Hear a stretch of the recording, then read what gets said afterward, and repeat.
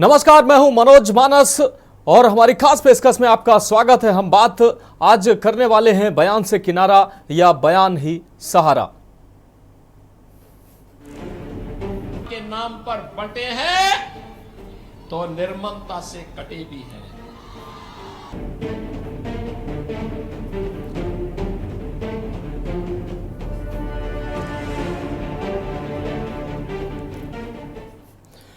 तो बयान से किनारा या बयान ही सहारा। मुख्यमंत्री योगी आदित्यनाथ के बटेंगे तो कटेंगे वाले नारे से किनारा करने के एक दिन बाद उत्तर प्रदेश के डिप्टी सीएम केशव प्रसाद मौर्य ने अब इस नारे का समर्थन किया है।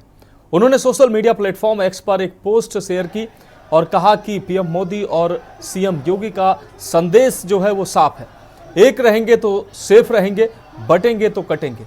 हम सभी कार्यकर्ताओं की एकजुटता और संकल्प का प्रतीक है ये नारा। भाजपा में न मतभेद था, न है और आगे भी नहीं होगा। इससे पहले मंझवा उपचुनाव के प्रचार के बाद केशव प्रसाद मौर्य ने कहा था कि वह मुख्यमंत्री के बटेंगे तो कटेंगे वाले बयान पर अपनी कोई टिप्पणी नहीं करना चाहते हैं। उन्होंने कहा कि वह नहीं जानते कि मुख्यमंत्री ने यह बात किस संदर्भ में कही है, इसलिए वह कोई टिप्पणी नहीं करेंगे। लेकिन नारा जो प्रधानमंत्री ने दिया है, सबका साथ सबका विकास और एक है तो सेफ है, यह हमारा नारा है। आपको सुनाते हैं क्या कहा उन्होंने।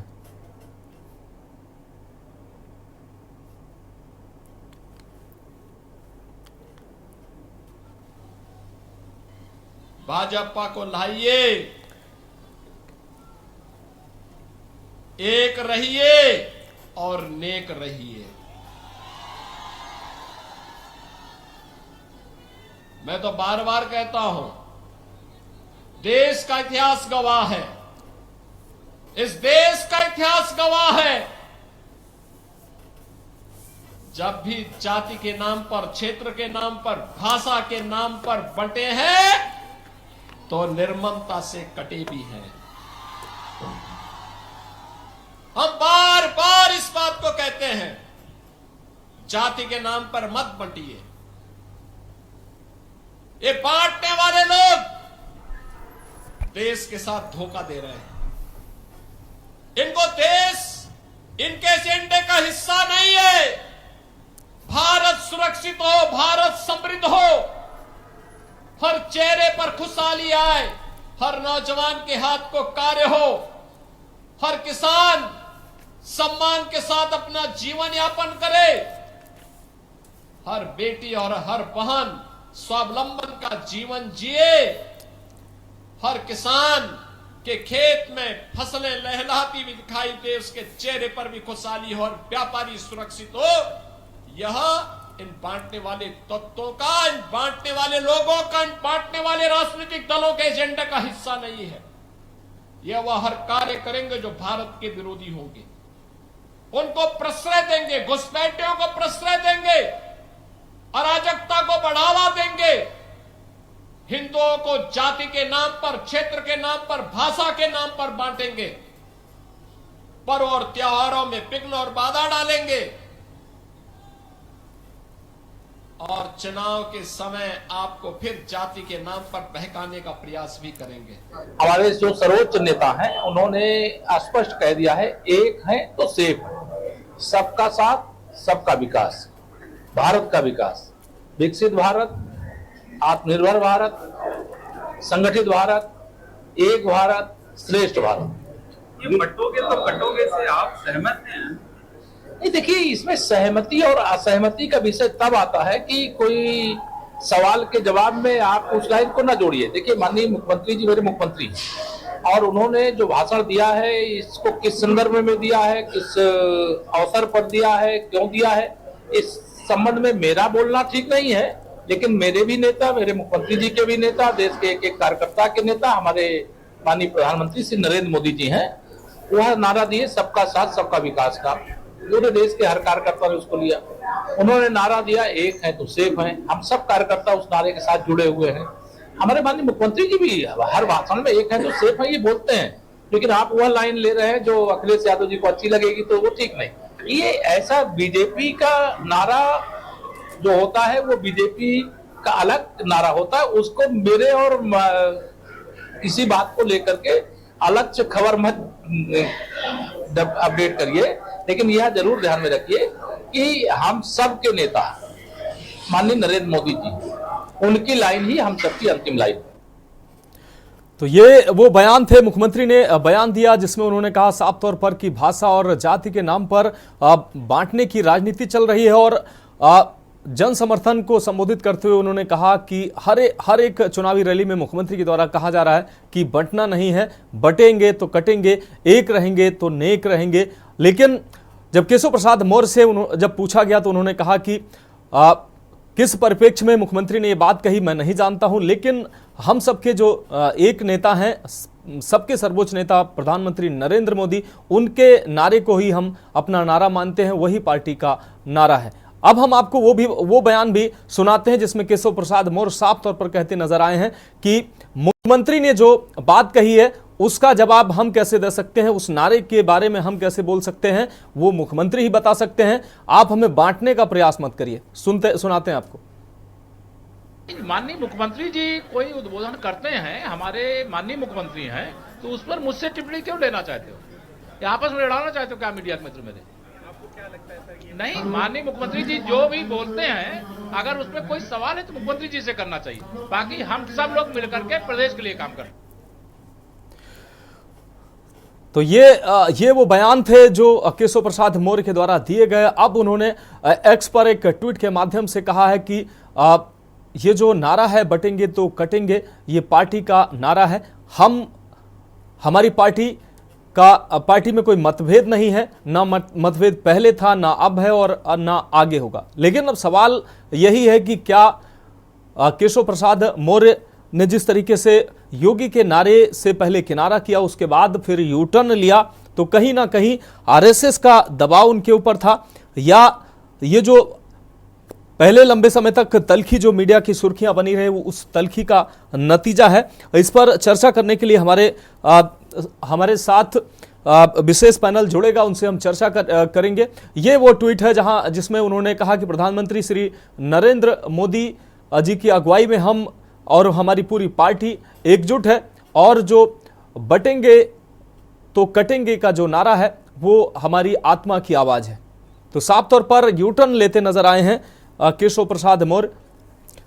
और चर्चा करने के लिए हमारे साथ रजनीकांत जी, वरिष्ठ आपको बता दें राजनीतिक विश्लेषक हमारे साथ जुड़ गए हैं। वही भाजपा नेता आकाश राय जी हमारे साथ जुड़ गए हैं। सपा से हमारे साथ डीपी यादव जी कुछ ही देर में हमारे साथ जुड़ेंगे। आकाश राय जी, पहली प्रतिक्रिया आपसे, बटेंगे तो कटेंगे का जो नारा है वो भाजपा का नारा है, क्या पार्टी इस नारे के साथ एकजुट है? नहीं, बिल्कुल एकजुट है। और मुख्यमंत्री जी ने जो नारा दिया है जी, उस नारे को लेकर सारे लोग एक हैं। और रही बात बटेंगे तो कटेंगे या फिर एक हैं तो सेफ हैं, ये दोनों नारे पार्टी के ही नारे हैं। और इन दोनों नारों का प्रयोग चाहे वो महाराष्ट्र के चुनाव में हो, चाहे वो झारखंड के चुनाव में हो, हमारे सारे नेताओं के द्वारा किया जा रहा है। ये किसी व्यक्ति का नारा नहीं है, ये पार्टी का नारा है।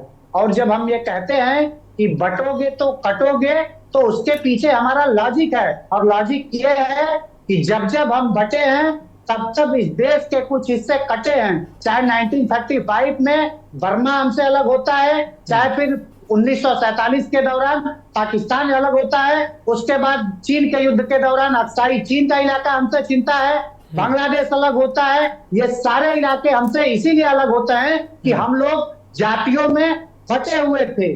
और आज मुख्यमंत्री जी ने यह बात कही है तो उस बात की तस्दीक हमारे सारे नेताओं ने की है। और बटेंगे तो कटेंगे या एक है तो सेफ है, ये भारतीय जनता पार्टी का नारा है, ये किसी व्यक्ति विशेष का नारा नहीं है। निश्चित रूप से आकाश राय जी, इससे तो हम असहमत नहीं है कि ये लगातार मुख्यमंत्री योगी आदित्यनाथ सभी जो पार्टियों में और सभी इस समय जो उपचुनाव चल रहे हैं उस सभी जगह रैलियां जहां भी मुख्यमंत्री जा रहे हैं वहां इस नारे का प्रयोग कर रहे हैं। आरएसएस का भी इस नारे के साथ सपोर्ट मिल रहा है योगी आदित्यनाथ को, और कहीं ना कहीं मोदी जी भी योगी जी के नारे को रिपीट करते दिखे हैं कई मंचों पर। लेकिन प्रदेश की अगर बात की जाए, उपचुनाव हो रहे हैं, 9 सीटों पर उपचुनाव हो रहे हैं। केशव प्रसाद मौर्य का जो ये अलग थलग का, हालांकि उन्होंने बाद में इस पर यूटर्न भी लिया, उनका एक अलग कि हम मोदी जी के नारे के साथ में सबका विकास और सबका साथ जो नारा है वही हमारा नारा है, क्या अंदर खाने को चल रहा है क्या? नहीं मनोज जी, मुझे लगता है ना कि ये जब 2017 में जब से योगी आदित्यनाथ जी ने मुख्यमंत्री के रूप में शपथ ली है, तब से मीडिया के लोग या हमारे कुछ विपक्ष के साथी इस प्रकार की बातें पता नहीं कहां से खोज के लाते हैं, ये मैं भी नहीं समझ पाता हूं। अच्छा, कभी भी भारतीय जनता पार्टी में, खास करके उत्तर प्रदेश के जो हमारा शीर्ष नेतृत्व है उत्तर प्रदेश में, चाहे वो योगी आदित्यनाथ जी हो, केशव जी हो, ब्रजेश पाठक जी हो, या फिर संगठन के हमारे प्रदेश अध्यक्ष हो या अन्य पदाधिकारी हो, आपस में न कभी कोई मनमुटाव रहा है न कभी रहेगा। सभी लोग एकजुट होकर लगातार काम करते हैं और इस उपचुनाव में भी सभी लोग एक होकर लगातार मेहनत कर रहे हैं, और इसका आप देखिएगा जब नतीजे आएंगे तो भारतीय जनता पार्टी सबसे बड़ी पार्टी बनके उत्तर प्रदेश में उभरेगी। आकाश जी, साफ तौर पर जिस तरीके से योगी जी ने यह नारा दिया, उसके बाद जो जातिगत जनगणना का एजेंडा विपक्ष चला रहा था, तो हम लोगों ने खुलकर चलाया कि जिस तरीके से योगी आदित्यनाथ का ये नारा आया, उसके बाद जो विपक्ष था वो बैकफुट पर दिखाई दिया। इस नारे के आने के बाद जहां भाजपा में एक नई जान देखने को मिली है, कई रैलियों में लगातार जिस तरीके से जोश और खरोश के साथ पब्लिक भी इस नारे को रिपीट करती नजर आई। हालांकि महाराष्ट्र की बात करें या अन्य कई जगह उनके भाजपा के जो सहयोगी हैं वो इस नारे से किनारा करते रहे, लेकिन जब पार्टी के अंदर ही कोई व्यक्ति किनारा करता है तो सवाल तो बनते हैं ना। नहीं, देखिए, हमारे भारतीय जनता पार्टी के कहीं पे भी कोई सहयोगी हो, वो हमारे साथ इंटैक्ट जुड़ के काम करते हैं और कर रहे हैं।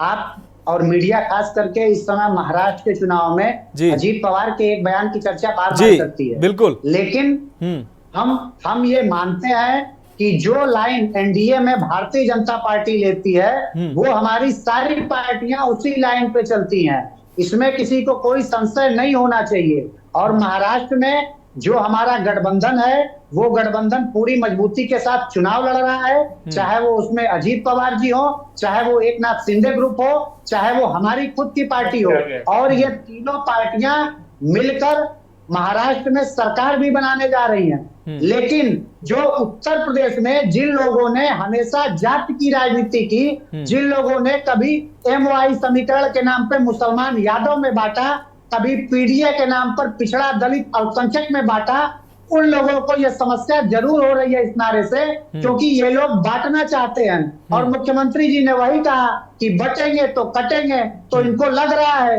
कि जनता बटने वाली नहीं है, तो जब बटेगी नहीं तो इनकी राजनीतिक दाल गलेगी नहीं, तो राजनीतिक दाल गलेगी नहीं तो समस्या होना लाजमी है।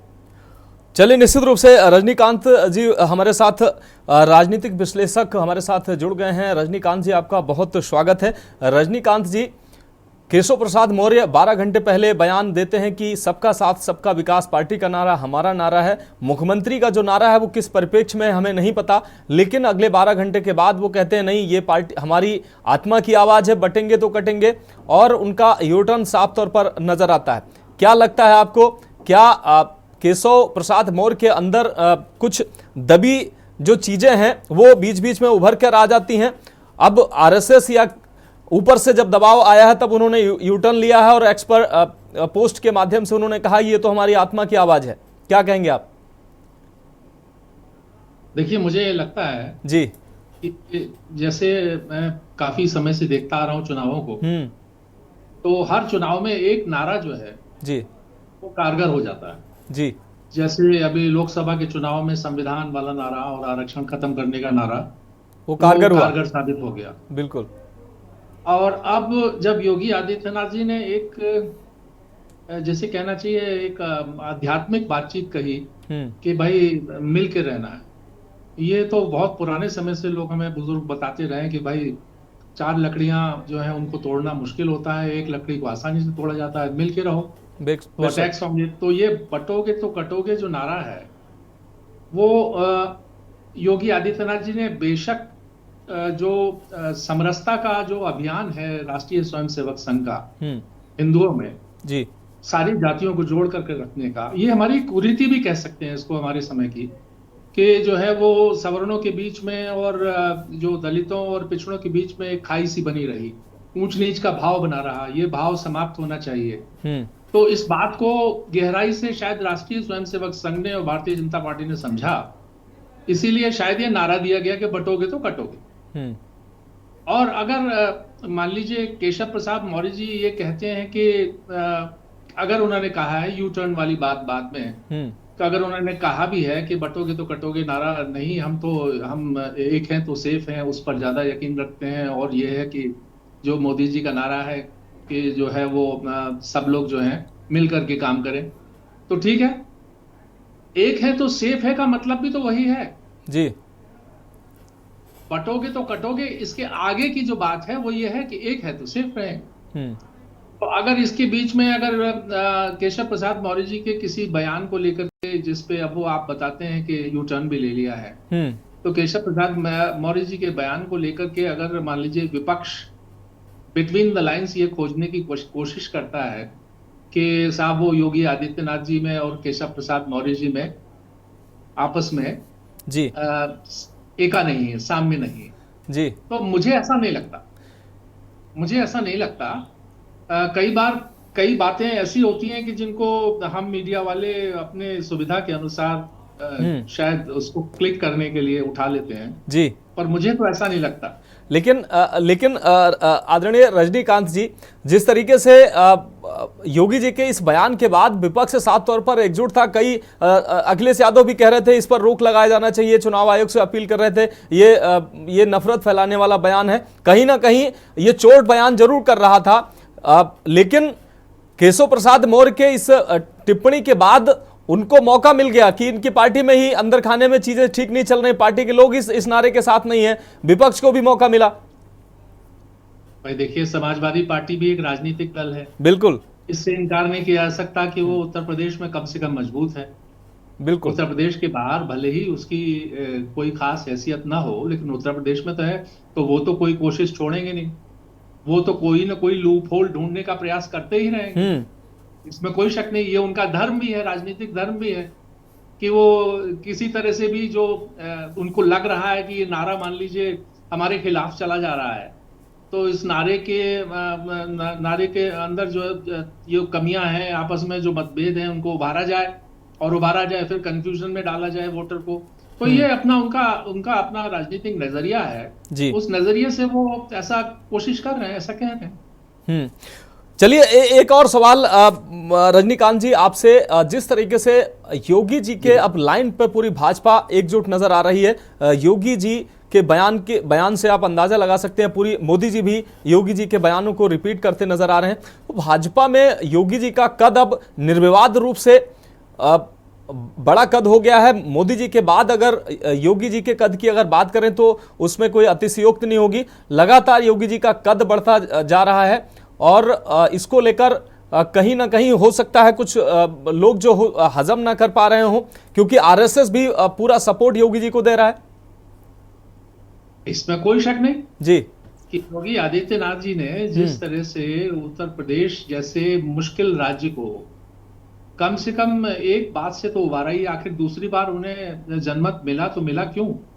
इसलिए मिला कि शायद भयमुक्त माहौल था जी, शायद उन्हें जनता को ये लगा कि योगी आदित्यनाथ के रहते गुंडे बदमाश बहुत ज्यादा सिर नहीं उठाए, बहुत ज्यादा हमें नहीं दबाए, शायद यही तो कारण रहा ना जी। उत्तर प्रदेश जैसे मुश्किल राज्य को, जो इकोनॉमिकली बहुत वीक कहा जाता था, पिछड़ा हुआ राज्य कहा जाता था, आज उस राज्य में निवेश आने लगा, या मतलब उस राज्य में संभावनाएं दिखाई देने लगी व्यापार मेलों के जरिए या किसी तरह से भी इन्वेस्टमेंट मीट समिट के जरिए, तो योगी जी का कद तो बढ़ा है, इसमें कोई शक नहीं। दूसरी बात यह है कि योगी जी के पास में अभी राजनीति के लिए उम्र है जी।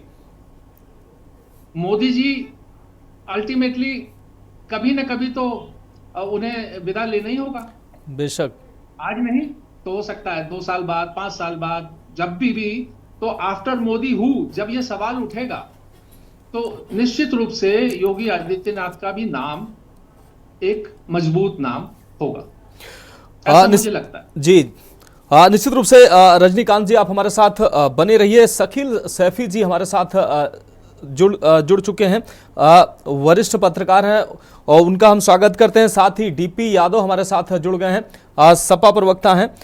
हालांकि अभी शकील सैफी जी नहीं जुड़े हैं, वो कुछ ही पल में हमारे साथ जुड़ेंगे। डीपी यादव जी हमारे साथ जुड़ चुके हैं। डीपी यादव जी आपका स्वागत है। डीपी यादव जी, बटेंगे तो कटेंगे के बयान के बाद जहां विपक्ष बैकफुट पर था, अखिलेश यादव भी चुनाव आयोग से अपील कर रहे थे कि इस बयान पर रोक लगाई जानी चाहिए, यह बयान नफरत फैलाने वाला बयान है। लेकिन इस बीच केशव प्रसाद मौर्य की एक टिप्पणी जो है वो अखिलेश यादव और आप तमाम विपक्षियों को एक मौका देती है, जिसमें साफ तौर पर उन्होंने जो बटेंगे तो कटेंगे वाले बयान से केशव प्रसाद मौर्य ने अपने आप को अलग किया। उन्होंने कहा यह बयान हमें नहीं पता किस परिप्रेक्ष्य में योगी जी ने दिया है, हम तो सबका साथ सबके विकास के साथ हैं।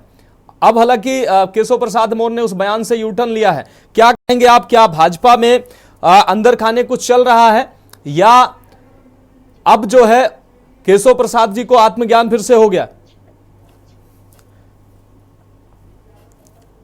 तो डीपी यादव से हमारा संपर्क टूट गया, हम दोबारा से उनसे जुड़ने का प्रयास करेंगे। तो जिस तरीके से बटेंगे तो कटेंगे के नारे के बाद योगी जी के लाइन पर पूरी भाजपा चलती नजर आ रही है, उसके बाद अब तमाम जहां सहयोगी दल तमाम सवाल उठा रहे हैं। महाराष्ट्र में अजीत पवार ने कहा कि हम इस नारे के साथ नहीं हैं, हम सबका साथ और सबका विकास नारे को ही हम मानते हैं, ये नारा यहाँ नहीं चलने वाला है। लेकिन अब केशव प्रसाद मौर्य के टिप्पणी के बाद तमाम सवाल जरूर उठने लगे थे, लेकिन अब केशव प्रसाद का यू टर्न जो है उसके बाद वो और भी सवाल पैदा कर रहा है कि क्या आरएसएस या हाई कमान का प्रेशर आने के बाद केशव प्रसाद मौर्य ने ये ट्वीट किया, जिसमें उन्होंने कहा, साफ तौर पर कहा कि ये जो बयान है वो हमारी आत्मा की आवाज है और हम ये इस बयान के साथ है। डीपी यादव जी, क्या मेरी आवाज आप तक पहुंच रही है? जी, मेरी आवाज आ रही है? जी डीपी यादव जी, आपकी आवाज साफ तौर पर आ रही है। अगर आपने सवाल हमारा सुना हो तो आप जवाब दे दीजिए, नहीं तो मैं सवाल दोहरा दूं। सवाल मैंने सुन लिया है, अब मैं जवाब देता हूं। जी देखिए, भारतीय जनता पार्टी अपने स्थापना काल से आज तक सिर्फ नफरत और सांप्रदायिक राजनीति के अलावा कुछ भी नहीं किया है। और भारतीय जनता पार्टी ने इस देश को हमेशा बांटने, काटने, छाटने का काम किया है। तो निश्चित रूप से योगी जी उससे अलग नहीं हो सकते हैं। और जब जब भारतीय जनता पार्टी को लगा है कि वो राजनीतिक रूप से अब हार रही है, जैसा कि 2024 के चुनाव में कहीं ना कहीं प्रमाणित भी हो गया है, तो निश्चित रूप से अब वो काटने और बांटने की बात करते हैं। देखिए, लोकतंत्र में काटने और बांटने की बात करना ही अपने आप में बहुत ही दुखदपूर्ण और चिंताजनक विषय है। तो निश्चित रूप से भारतीय जनता पार्टी की राजनीति इस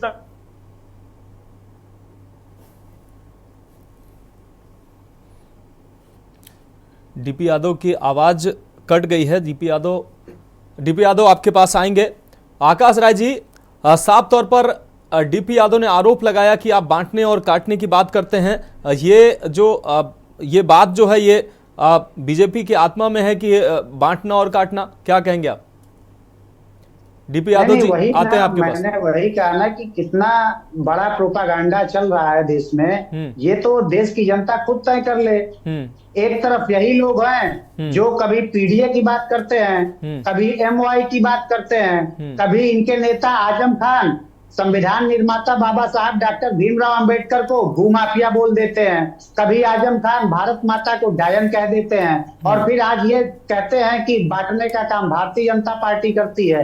भारतीय जनता पार्टी का तो शुरू से मूल मंत्र रहा है सबका साथ, सबका विकास, सबका विश्वास और सबका प्रयास, और हम अपने उसी मूल मंत्र पे चलते हैं। हम हमेशा सामूहिक राजनीति की बात करते हैं, इनकी तरीके से नहीं कि एमवाई समीकरण मुसलमान को ले आओ, यादव के ले आओ।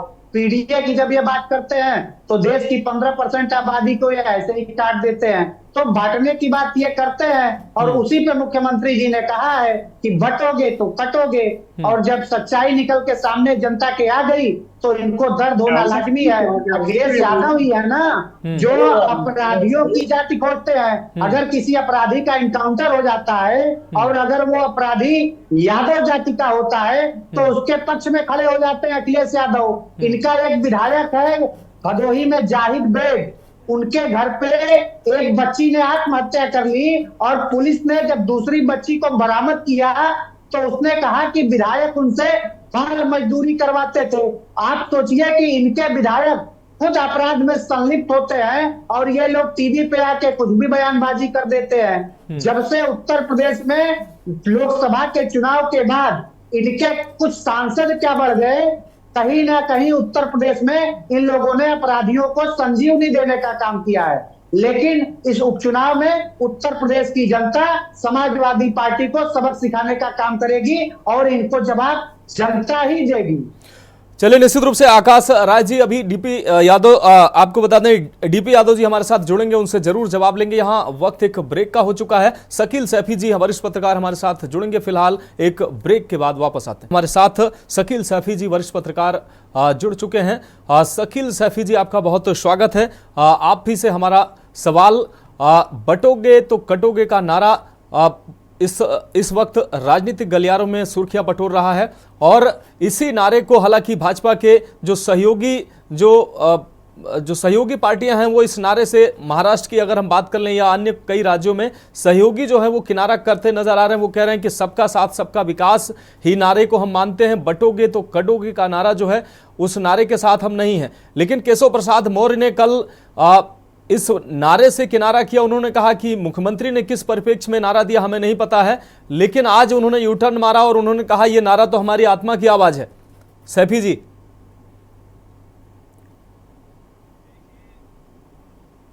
अनम्यूट कर लीजिए सैफी जी। भारतवर्ष देश जो है गंगा जमुना संस्कृति का देश है जी। यहाँ पर इस तरह के नारे वो कभी भी सफल ना तो पहले रहे हैं ना अब रहेंगे। सामने आ रहा है कि हमारे देश के उत्तर प्रदेश के डिप्टी सीएम जो हैं, उप डिप्टी सीएम जो हैं, उन्होंने ये नारा दिया है कि इस तरह के नारे जो है के साथ हम नहीं हैं। लेकिन आज फिर बयान से पलट गए हैं जी। तो इससे ऐसा लगता है कि ये भी कहीं अपने आप में जो है ये नहीं तय कर पा रहे हैं कि इस तरह के नारे जो हैं वो सही है गलत हैं। इनसे ऐसा लगता है कि जो अभी चुनाव हुए हैं लोकसभा चुनाव, उसमें प्रदेश में जो लोकसभा चुनाव हुए हैं उसमें भारतीय जनता पार्टी ने को कुछ निराशाएं हाथ लगी हैं। अब ऐसा लगता है कि इस तरह के नारेबाजी जो हो रही है, बटोगे तो कटोगे, बौखलाहट का नतीजा साबित हो सकती है।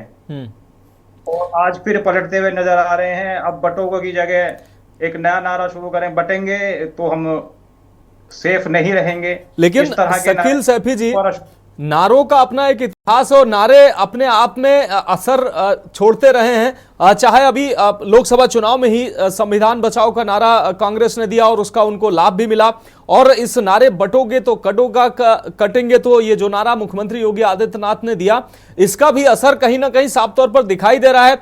भाजपा एकजुट होती नजर आ रही है और इस नारे के साथ पूरी पार्टी एकजुट होती नजर आ रही है। हालांकि केशव प्रसाद मौर्य ने जी जो किनारा किया था वो भी वापस आ गए। उन्होंने कहा ये तो हमारी आत्मा की आवाज है। तो नारे कहीं ना कहीं असर तो डालते ही हैं सैफी जी।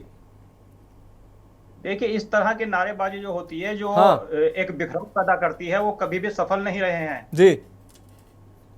और इस तरह के नारेबाजी से हमेशा जो है बिखराव आता है। जो और स्वतंत्र देश या भाईचारा पैदा करना चाहते हैं, वो चाहे हिंदू, मुस्लिम, सिख, ईसाई, कोई सी बिरादरी के लोग होंगे, वो इस तरह की नारेबाजी को जो देश में एक तरह का जो है आपस में भाईचारा खत्म करते हों, इस तरह के नारे कभी ना तो पसंद किए गए हैं ना लोग करेंगे। और आने वाले जो वक्त में है, हमेशा वही चीज सफल होती है, सक्सेस होती है, जो सभी को साथ लेकर चलती है। यहाँ मैं कहूँगा कि सबका विकास सबका साथ नारे को अब ये दोबारा जो है पर्दे पर ला सकते हैं, क्योंकि बटोगे कटोगे तो बटोगे इस तरह का नारेबाजी वो देश की जनता को मैं मानता हूं सैफी जी, शायद पसंद। सैफी जी, सपा का नारा है पीडीए। पीडीए सभी वर्गों को रिप्रेजेंट तो नहीं करता ना, पिछड़ा, अल्पसंख्यक, दलित, बाकी वर्ग कहां जाएंगे? तो सपा का भी नारा भी तो सर्व समाज को वो रिप्रेजेंट नहीं करता है। वो नारा सही है क्या? नहीं, मैं पीडीए की बात नहीं कर रहा, और उसमें अल्पसंख्यक में तो बहुत सारे समाज आ जाते हैं उसमें। 2-3 समाज कहा, उसमें तो बहुत सारे समाज आ रहे हैं जी।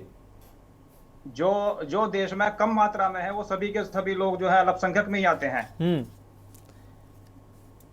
तो इससे ऐसा महसूस होता है कि पीडीए ने भी अपना एक नया नारा निकाला है और इनका भी अपना एक नया नारा है। तो नारेबाजी से अलग हटके जो विकास की बातें हैं वो हमेशा होनी चाहिए। निश्चित रूप से मैं भी सहमत हूं कि इस तरीके के जो है विकास की बातें करनी चाहिए। अगर विकास मुद्दा होगा तो नारों की जरूरत नहीं पड़ेगी। हम जवाब ले लेते हैं आकाश राय जी। शकील सैफी जी को आपने सुना, उन्होंने कहा कि नारों का जो होता है वो असर नहीं होता। हालांकि मैं ऐसा नहीं मानता हूं, नारे जो होते हैं वो जरूर असर डालते हैं। क्या कहेंगे आप? नहीं, अरे नारे तो इन लोगों ने नारा लगाया था ना कि मिले मुलायम काशी राम, हवा में उड़ गए जय श्री राम। यही समाजवादी पार्टी के लोगों ने नारा लगाया था। तिलक तराजू और तलवार, इनको मारो जूते चार, ये भी नारा इन्हीं पार्टियों ने लगाया था। और आपने बात कही ना कि पीडीए, एमवाई, मजगर, ये सारे समीकरण बांटने वाले ही थे। और अभी जो सैफी जी कह रहे थे कि गंगा जमुनी तहजीब, तो ये जो गंगा जमुनी तहजीब का फेक नैरेटिव अब तक देश में चलाया गया है ना, ये अब नहीं चलने वाला है। आज जो मुख्यमंत्री जी ने कहा कि बटोगे तो कटोगे, वही बात चलेगी। और जब हम बटोगे तो कटोगे कहते हैं तो उसके पीछे, हमारी बात के पीछे हमारे तर्क होते हैं, दम होते हैं। जब जब भारतीय समाज बटा है तब तब देश का कोई ना कोई हिस्सा कटा है। क्या समस्या है इस नारे से? अगर कोई कह रहा है एक रहेंगे तो सेफ रहेंगे, क्या समस्या है? क्यों बंटना चाहते हैं भाई? जिन लोगों ने इसी उत्तर प्रदेश में भगवान तक को नहीं छोड़ा, मिले मुलायम काशी राम, हवा में उड़ गए जय श्री राम, कितनी बार सैफी जी ने खंडन किया इस नारे का? निश्चित रूप से डीपी यादव हमारे साथ जुड़ गए हैं फोन लाइन से, वो हमारे साथ जुड़े हैं। डीपी यादव जी, क्या आप हमें सुन पा रहे हैं? जी, मैं सुन पा रहा हूं। डीपी यादव जी, आप जवाब दे दीजिए। हमारे साथ बीजेपी नेता हमारे साथ आकाश राय जी जुड़े हैं। उनका कहना है कि एक रहेंगे तो नेक रहेंगे, इससे आपको क्या आपत्ति हो सकती है? निश्चित रूप से दलित, पिछड़ा, अल्पसंख्यक, गरीब, मजदूर, किसान, नौजवान एक रहेगा तो नेक रहेगा। हमें आपत्ति कहाँ है? हम पीडीए की बात करते हैं, डंके की चोट पर बात करते हैं, लेकिन भारतीय जनता पार्टी की समस्या यह है, जब भारतीय जनता पार्टी की राजनीतिक जमीन खिसकने लगती है और उसे लगता है कि अब उसकी पराजय हो रही है, तो वो बांटने, काटने, सांप्रदायिक आप भी तो एमवाई फैक्टर से पीडीए पे आ गए। आप भी तो नारा आपको भी तो बदलना पड़ा। एमवाई पे अभी तक आप टिके हुए थे, अब आप पीडीए लेकर आए तो आप बदलाव आपको भी तो करना पड़ा स्थितियों के हिसाब से। सत्ता आपको भी चाहिए। हमने कब एमवाई का नारा दिया? हम तो सबको साथ लेकर के चलते हैं। हम तो जो समाज की मुख्य धारा से कटे हुए लोग हैं, देखिए, जिनको सदियों से सताया गया, जाति के आधार पर बांट करके उनका शोषण किया गया, उनके साथ छुआछूत किया गया, उनके अधिकार का दमन किया गया। आप बताइए, आज भी लोगों को घोड़ी पर नहीं चढ़ने दिया जाता है। शादी ब्याह होता है तो बहुत से दलित परिवार के लोगों को कहीं न कहीं ऐसा शोषण किया जाता है, उनको सामाजिक रूप से काटा जाता है। तो हम नहीं चाहेंगे वो मुख्य धारा में शामिल हो। कौन काटने का काम करता है उनको? कौन उनको बांटने का काम करता है? कौन उनको कहीं न कहीं छुआछूत के अभिशाप से उनको अभिशप्त करने का काम करता है? तो निश्चित रूप से भारतीय जनता पार्टी हमेशा से बांटने का काम करती रही है और हमेशा से लोगों को डराने का काम करती रही है। डीपी यादव जी, पीडीए का आपसे अनुरोध है, पीडीए का फुल फॉर्म बता दीजिए, और क्या ये सभी वर्गों को रिप्रेजेंट करता है पीडीए? बता दीजिए। जी देखिए, जो हम उनकी बात करते हैं जो समाज की मुख्य धारा से कटे हुए हैं, जिनको अभी सामाजिक न्याय नहीं मिला, जिनको बाबा साहब भीमराव अंबेडकर ने कहीं न कहीं संविधान के माध्यम से, आरक्षण के माध्यम से समाज की मुख्य धारा में शामिल करने का काम किया था, हम उनकी बात करते हैं। पिछड़े, दलित, अल्पसंख्यक, किसान, मजदूर, नौजवान की हम बात करते हैं। हम उन लोगों की बात नहीं करते हैं जिनका पेट भरा हुआ है, जो अच्छा। सदियों से दूसरे को सताते हुए चले आ रहे हैं। हम उनकी बात करते हैं जो शोषण का शिकार हुए हैं। देखिए, मैं बताऊं मनोज जी, आर्थिक, सामाजिक और राजनीतिक गैर बराबरी से बड़ी समस्या न इस देश में 500 साल पहले थी और न आज है। और लोग चाहते हैं कि आरक्षण को समाप्त कर दिया जाए। लेकिन डीपी यादव जी, जब चुनाव होते हैं तो ये दबे कुचले और पिछड़े, इनको आप प्रत्याशी नहीं बनाते। प्रत्याशी तो मैनपुरी और इटावा और उनके यादव फैमिली बन जाती है। अच्छा बात किया, बहुत अच्छा सवाल। जरा मनोज जी कहिएगा, भारतीय जनता पार्टी के मित्र भी सुने और आप भी सुनिए। देखिए, भारतीय जनता पार्टी जो अयोध्या की सीट हारी, वो सीट हारने का गम अयोध्या का कम है उसे, और उसको इसका अफसोस ज्यादा है कि अवधेश प्रसाद जो दलित समाज से आते हैं, एक सामान्य सीट पर उनको समाजवादी पार्टी ने देश की सबसे बड़ी संसद में भेजने का काम किया, सबसे बड़ी पंचायत में भेजने का काम किया। ये बताइए, अपने आप में ऐतिहासिक नहीं है कि समाजवादी पार्टी ने एक दलित को सामान्य सीट से, वो भी अयोध्या जैसे भारतीय जनता पार्टी के लिए जो प्रतिष्ठित सीट है, वहां से संसद में भेजने का काम किया। तो हमने तो ऐसे काम कर दिए कि भारतीय जनता पार्टी वहां दूर तक नहीं फटकती है। चलिए, बताइए, भारतीय जनता पार्टी ने कभी हिम्मत किया है किसी सामान्य सीट पर किसी दलित? इसका जवाब लेंगे डीपी यादव जी, इसका जवाब आकाश राय जी से लेंगे। उससे पहले राजनीतिक विश्लेषक हमारे साथ, वरिष्ठ राजनीतिक विश्लेषक रजनीकांत जी जुड़े हुए हैं। रजनीकांत जी के पास आते हैं। रजनीकांत जी, योगी आदित्यनाथ की अगर कद की बात की जाए, प्रखर हिंदुत्व की वजह से पार्टी में लगातार उनका कद बढ़ता गया। बुलडोजर नीति उनकी जो है वो कई राज्यों ने अपनाना शुरू किया। उसके बाद अब बटेंगे और कटेंगे पर भी भाजपा पूरी एकजुट नजर आ रही है। तो क्या मोदी से ही विपक्ष परेशान था, अब योगी जी नई मुसीबत बन के सामने आ गए? जहां तक मैं समझता हूं, भारतीय जनता पार्टी, जैसे मैंने आपसे शुरू में कहा कि आफ्टर मोदी हु, मतलब एक निरंतरता बनी रहनी चाहिए जी। तो जो उनकी यूथ ब्रिगेड है उसमें योगी आदित्यनाथ जी भी हैं और कई चेहरे भी हैं जी, और कई चेहरे भी हैं। वो लोग अपने अपने तरीके से अपने अपने राज्यों में काम कर रहे हैं। तो आने वाले समय में जो मुझे ये लगता है कि जितनी प्रखरता के साथ में योगी आदित्यनाथ ने अपने राज करने के कौशल को दिखाया है जी, और क्या कहते हैं, अपनी जो योग्यता है वो प्रदर्शित की है, वो निश्चित रूप से उन्हें भविष्य का भारतीय जनता पार्टी का नेता बनाती है, जहां तक मुझे लगता है। बिल्कुल सर। आकाश राय जी, डीपी यादव जी ने तमाम सवाल आपके ऊपर दागे, उसका कम शब्दों में जवाब दे दीजिए, फिर हम शकील सैफी जी के पास टिप्पणी लेने पहुंचते हैं। नहीं, एक तो जवाब आपने खुद दे दिया कि ये कह रहे थे कि ये ऐसे लोगों की राजनीति करते हैं जो मुख्य धारा से पिछड़ गए हैं, और मुख्य धारा में अपने ही परिवार के 6 लोगों को संसद में भेज देते हैं। उसके बाद उपचुनाव की जब बारी आती है तो करहल में फिर अपने भतीजे को चुनाव लड़ा देते हैं। ये किन लोगों, क्या अभी तक मुलायम सिंह यादव का परिवार मुख्य धारा में नहीं आ पाया है क्या? आपने कितने सामान्य यादव के परिवार के लोगों को टिकट दिया इस चुनाव में? सिर्फ हवाबाजी करते हैं, प्रोपागेंडा करते हैं। और एक बात जो आपने अयोध्या की तो बार बार जब आप ये कहते हैं ना कि अयोध्या की सीट भारतीय जनता पार्टी हार गई, तो ये कह के भी आप पूरे देश में एक प्रोपागेंडा करते हैं। अयोध्या की सीट नहीं, भारतीय जनता पार्टी फैजाबाद लोकसभा की सीट हारी है।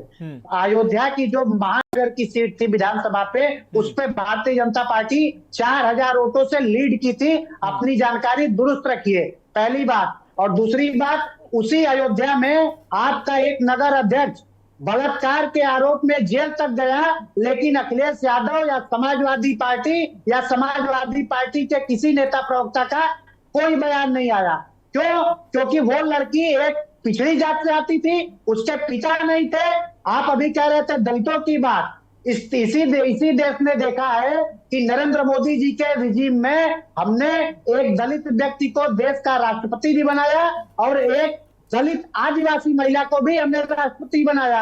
आज पूरे देश में सबसे ज्यादा सांसद अगर दलित किसी पार्टी में है तो भाजपा में है, सबसे ज्यादा विधायक दलित किसी पार्टी में है तो भाजपा में है। और एक बात आपको डीपी यादव जी बता दूं, आज पूरे देश में एक व्यक्ति यादव मुख्यमंत्री है, और वो भी भारतीय जनता पार्टी से है, क्योंकि भारतीय जनता पार्टी किसी जाति विशेष की राजनीति नहीं करती, सामूहिक राजनीति करती है। सबका साथ, सबका विकास और सबका प्रयास की बात करती है। ठीक है आकाश जी, आपकी बात आ गई। शकील सैफी जी हमारे साथ वरिष्ठ पत्रकार जुड़े हुए हैं। शकील सैफी जी, जब आप लंबे समय तक शासन करते हैं, 5-10 साल शासन करता है कोई भी पार्टी हो, हम किसी पार्टी का नाम नहीं लेते हैं, लेकिन जब आप विकास की बात जहां होती है वो पीछे रह जाती है। जब चुनाव आते हैं तब ये ऐसे जो नारे हैं वो हावी हो जाते हैं। इन नारों के सहारे तमाम जो राजनीतिक पार्टियां हैं वो वोट का फसल काटती नजर आती हैं।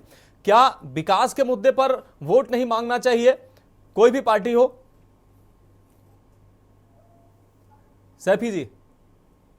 तो जी, आपने जो सवाल किया है उसका आंसर मेरे पास में दुरुस्त है। असल में बहुत टाइम से ये देखने में आ रहा है, लगभग 10-15 सालों से, कि विकास के मुद्दे पे तो कहीं कोई बात ही नहीं होती है, बल्कि इसी तरह के नारेबाजी का खेल चला हुआ है। उसमें कोई भी पार्टी हो, विकास के मुद्दे से तो सभी पार्टियां जो हैं हटी हुई हैं। और स्पेशल रूप से एक पार्टी का तो केवल यही काम रह गया है कि एक दूसरे को भटकाना है मुद्दे से, और नई नई जो है कहावतें, नई नई बातें, नई नई नारेबाजी लेकर सामने आना है। अगर विकास की हम बात करेंगे तो विकास से तो मुझे लगता है सभी पार्टियां कोसों दूर हो रही हैं, क्योंकि देखने में आ रहा है अगर हमने ही कोई नाराबाजी, किसी पार्टी ने नारेबाजी कर दी है तो उसी नारेबाजी पे जो है सारी पार्टियां जो है नए नए बयान देने शुरू हो जाती हैं, और ना तो विकास के मुद्दे पे वो बात करती हैं, ना ही विकास के मुद्दे पे जो हमारे प्रदेश में या देश में जो पार्टी सत्ता में है, ना वो कोई विकास की बात कर रहे हैं। तो इससे ऐसा लगता है कि बस एक ये राजनीति का खेल शुरू हुआ है और ये एक अखाड़े का रूप धारण करता जा रहा है। क्योंकि अगर इसी तरह से ये नारेबाजी के गेम चलते रहे तो देश विकास से दूर हो जाएगा। और आप देख रहे हैं कि आर्थिक स्थिति जो है वो इसी वजह से देश की डगमगाई हुई है। चलिए, निश्चित रूप से शकील सैफी जी आपकी बात से इत्तेफाक रखते हैं कि ऐसे बयानों से कोई भी पार्टी हो, बयान ठीक है, अपने राजनीति के लाभ के लिए आप बयानबाजी करिए, इससे कोई नहीं रोक रहा है, लेकिन कहीं ना कहीं जनता के मुद्दे हैं, जिन मुद्दों के साथ आप आए हैं, उन मुद्दों को लेकर फिर से चुनाव में जाइए कि मैंने कितने मुद्दे जो लेके आए थे उनको कितने वादे पूरे किए और कितने नहीं पूरे किए। हालांकि चर्चा जो है वो विषय से थोड़ा भटकी, उसके बाद हालांकि बहुत सार्थक चर्चा रही। आप सभी मेहमानों का बहुत शुक्रिया। समय आगे इजाजत नहीं देता है। वरिष्ठ राजनीतिक विश्लेषक रजनीकांत जी हमारे साथ जुड़े। रजनीकांत जी आपका बहुत शुक्रिया। आकाश जी आपका बहुत शुक्रिया। डीपी यादव जी आप हमारे साथ जुड़े, हालांकि व्यवधान हुआ, आपका भी बहुत शुक्रिया। और शकील सैफी जी आपका भी बहुत शुक्रिया। तो सवाल यही है कि नारेबाजी से जो वोट की फसल काटी जाती है, लेकिन जो वास्तविक मुद्दे हैं वो चुनाव में गौड़ हो जाते हैं। फिलहाल इस खास कार्यक्रम में अभी के लिए इतना ही। मुझे दीजिए इजाजत और आप देखते रहिए के न्यूज़ इंडिया।